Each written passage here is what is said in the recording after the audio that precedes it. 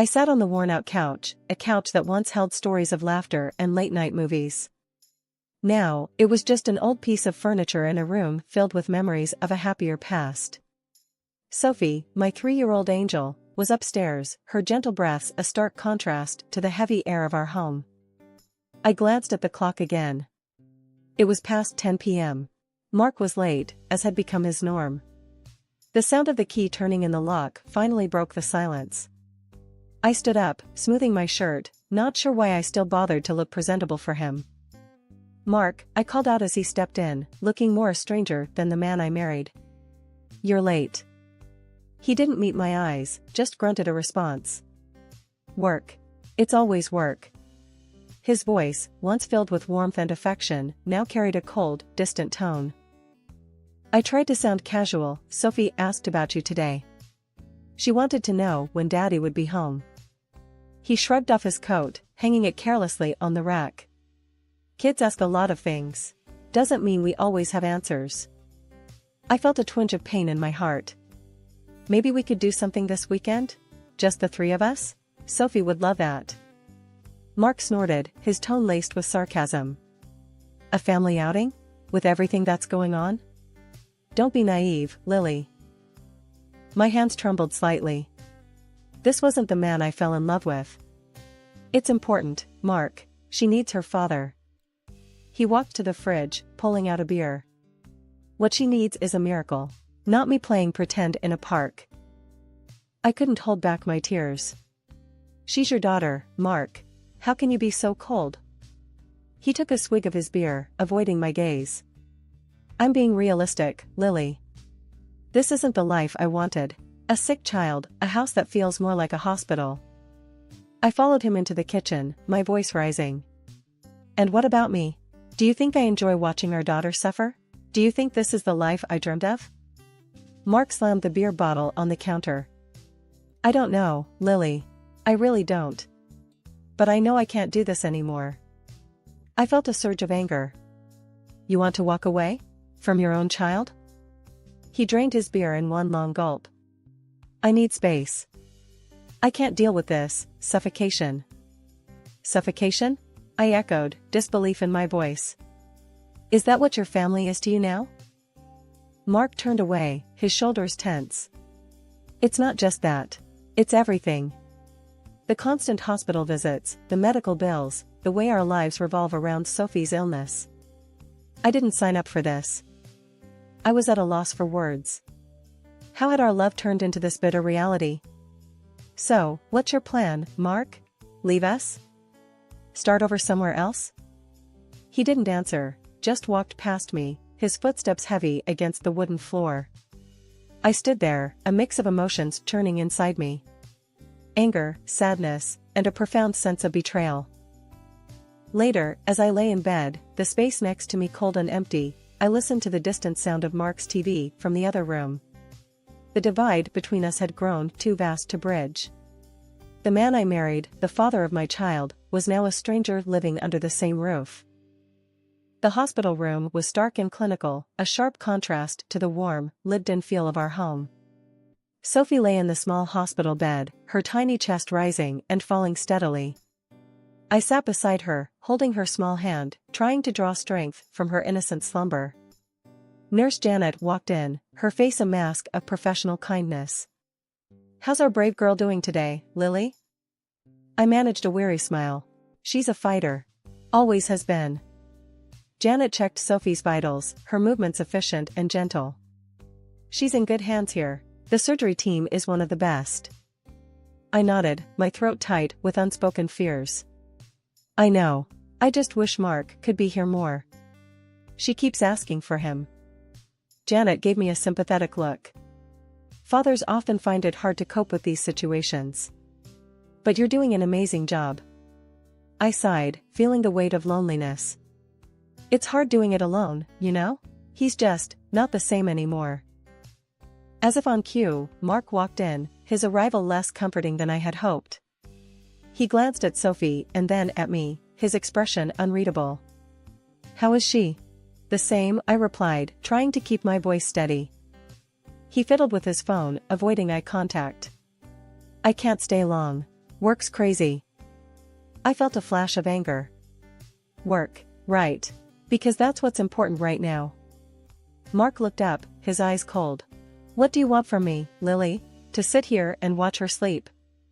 I bit back a sharp retort, focusing on Sophie instead. She asked for you today, Mark. She misses her dad. He shrugged, his detachment like a physical barrier. I'm here, aren't I? Before I could respond, Sophie stirred, her little voice weak but clear. Daddy? Mark's face softened momentarily as he moved closer to her. Hey, princess. Daddy's here.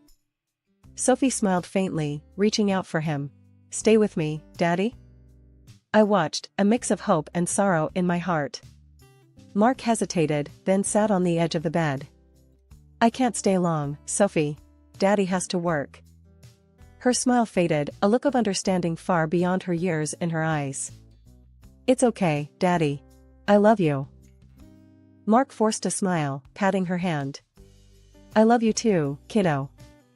As he stood to leave, I felt a surge of resentment. She needs you, Mark. We need you. He paused, his back to us. I'm doing what I can, Lily. But his words rang hollow in the sterile room. I watched him leave, a familiar sense of abandonment settling over me. Sophie's hand gripped mine, her small presence a reminder of the fight ahead of us. The room fell silent again, save for the beeping of the monitors. I leaned closer to Sophie, whispering promises of better days. Promises I wasn't sure I could keep. But in that moment, all I had was hope and the unwavering love for my daughter. The silence in the room was broken by a call from my friend Lisa, who worked as a realtor for a local company. I sat in the dimly lit hospital cafeteria, clutching a lukewarm cup of coffee. My mind was a whirlwind of betrayal and shock after Lisa's call. Mark was selling our house, our home. Anger and disbelief swirled within me, fueling a determination I hadn't felt in months. Lisa slid into the seat across from me, her expression a mix of concern and anger. I can't believe he's doing this, Lily. Selling your house while you're here, with Sophie. I took a deep breath, trying to steady my shaking hands. I need you to delay the sale, Lisa. Buy me some time.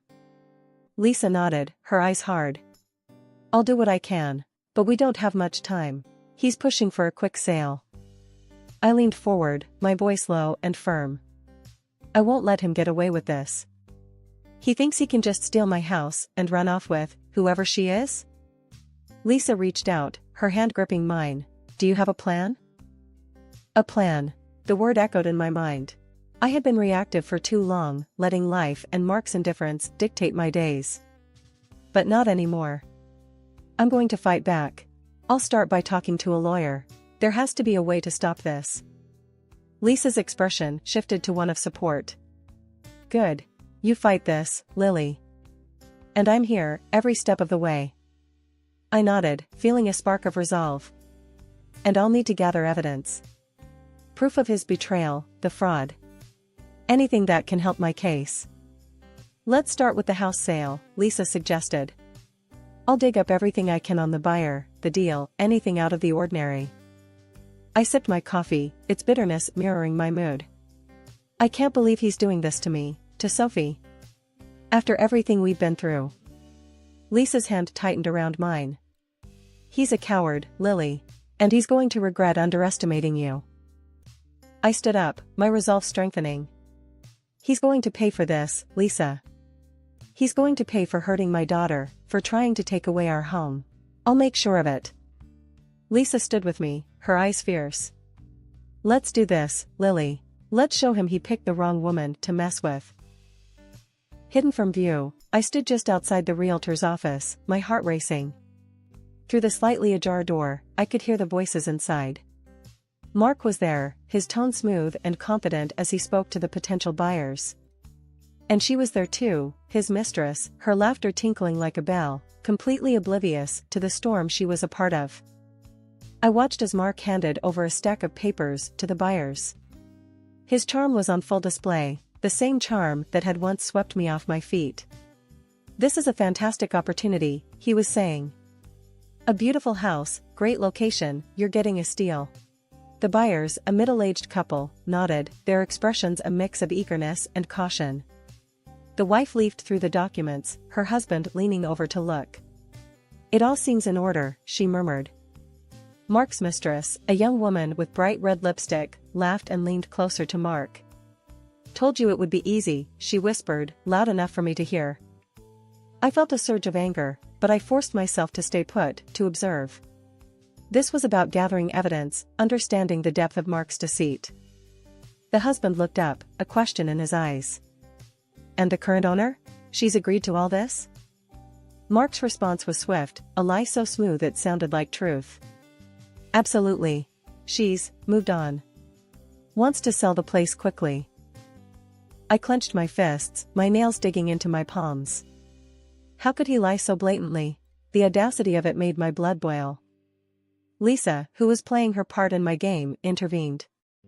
"We can proceed with the sale as soon as you're ready." The couple exchanged a look, then nodded. "We're ready. This is a deal we don't want to miss." I watched as they began to sign the papers, the finality of each stroke like a dagger in my heart. But I needed to stay focused. This was not the time for emotions, it was the time for action. Mark's laughter brought me back to the moment. He was toasting with the buyers, his mistress clinging to his arm. "To new beginnings," he said, raising his glass. I stepped into the room, my gaze fixed on Mark. "Enjoying yourself, Mark?" Everyone turned, shock and confusion on their faces. Mark's smile faltered. "Lily, what are you doing here?" I walked up to them, my steps firm. "I'm here to stop you from making the biggest mistake of your life." Mark's mistress scoffed, rolling her eyes.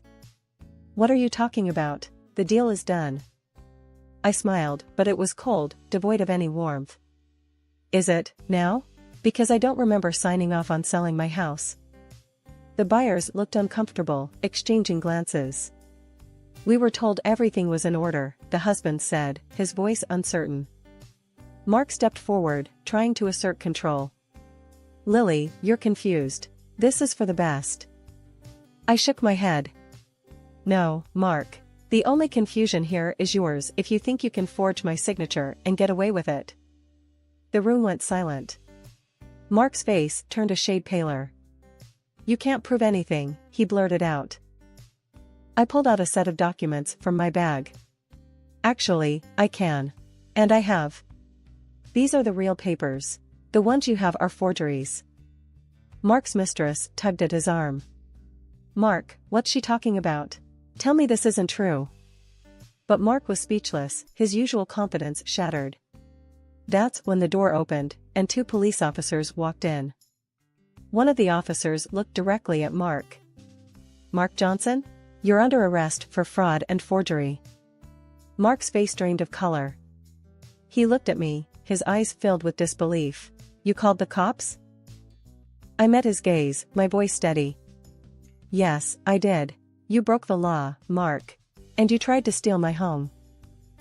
As the officers handcuffed Mark, his mistress started to cry, her makeup smearing. The buyers quickly gathered their things, eager to distance themselves from the situation. One of the officers turned to me. "We'll need your statement, ma'am." I nodded, feeling a sense of justice. "Of course, officer." As they led Mark away, he looked back at me, his expression a mix of anger and regret. But I felt no sympathy. He had made his choice, and now he was facing the consequences. Lisa smiled at me, nodding her head approvingly. I smiled back and left the office, a weight lifted off my shoulders. I had stood up for myself and Sophie. I had fought back. And this was just the beginning. After Mark's arrest,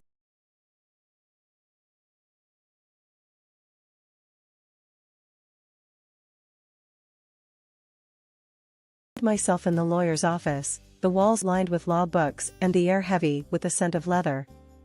My lawyer, Mr. Thompson, was a no-nonsense man in his 50s, his face etched with lines of experience. He glanced at the file in front of him. "Lily, your husband's actions have opened up a big can of worms. The fraud charge is serious." I sat across from him, my hands clasped tightly in my lap. "I know, Mr. Thompson. but I couldn't let him get away with it. Not after everything. Mr. Thompson nodded, understanding in his eyes.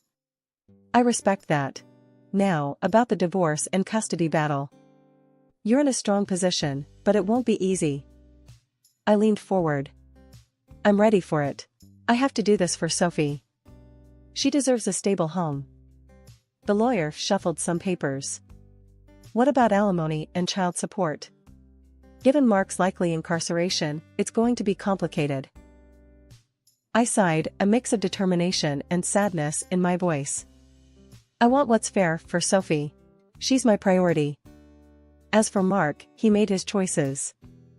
Mr. Thompson looked at me, his expression serious. You're a strong woman, Lily. We'll fight for what's right for you and your daughter. As I left the office, my phone rang. It was Mark. I hesitated but answered. What do you want, Mark? His voice came through, laced with desperation. Lily, please. I messed up. I know that. But don't take Sophie away from me. I stopped in my tracks, anger rising. You thought about Sophie when you tried to sell our house? When you spent your days with that woman? He was silent for a moment. I lost my way. But I'm her father, Lily. I love her. I clenched my phone tighter. Love isn't just words, Mark. It's actions. You failed us both. Mark's voice cracked. I'll do anything to make it right. Please, Lily. I shook my head, even though he couldn't see me. It's too late for that. You'll see Sophie, but only under supervised visits. That's non-negotiable. There was a pause, then a soft, defeated sigh from Mark. Okay, I understand. The days were a whirlwind. I spent most of my time with Sophie, ensuring she felt loved and secure amidst the chaos. Her laughter was a balm to my wounded heart. One afternoon, while Sophie napped, I received a call from my sister, Laura.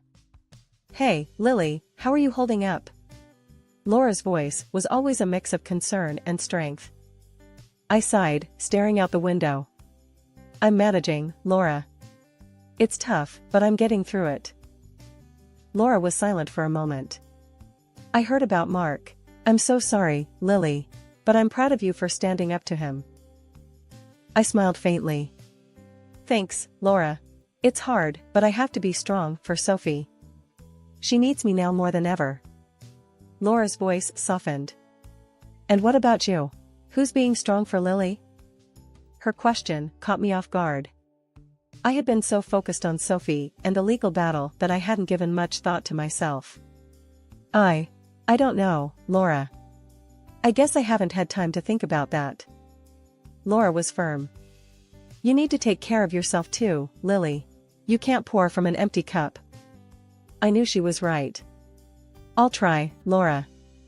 It's just, everything feels overwhelming right now. You're not alone, Lily. Remember that. I'm here for you, always. The next day, I visited a therapist, Dr. Martin. His office was a small, cozy room with soft lighting and a comfortable couch. He greeted me with a warm smile. Lily, it's good to meet you. How can I help you today? I took a deep breath, unloading my worries and fears. I just feel so lost, Dr. Martin. Everything I knew, everything I trusted, it's all been turned upside down. Dr. Martin nodded, his voice gentle. It's understandable to feel that way after what you've been through. But it's important to remember that this is a chapter in your life, not the whole story. His words resonated with me. Over the next few weeks, I started to take small steps towards reclaiming my life. I joined a support group for single parents. The first meeting was daunting, but as I listened to others share their stories, I realized I wasn't alone. Welcome, Lily, said the group leader, a kind woman named Beth. We're here to support each other, to share our struggles and our victories. I shared my story, my voice steady but filled with emotion. The group listened, their faces a tapestry of empathy and understanding. After the meeting, a woman named Sarah approached me. Your story is inspiring, Lily. You're stronger than you realize.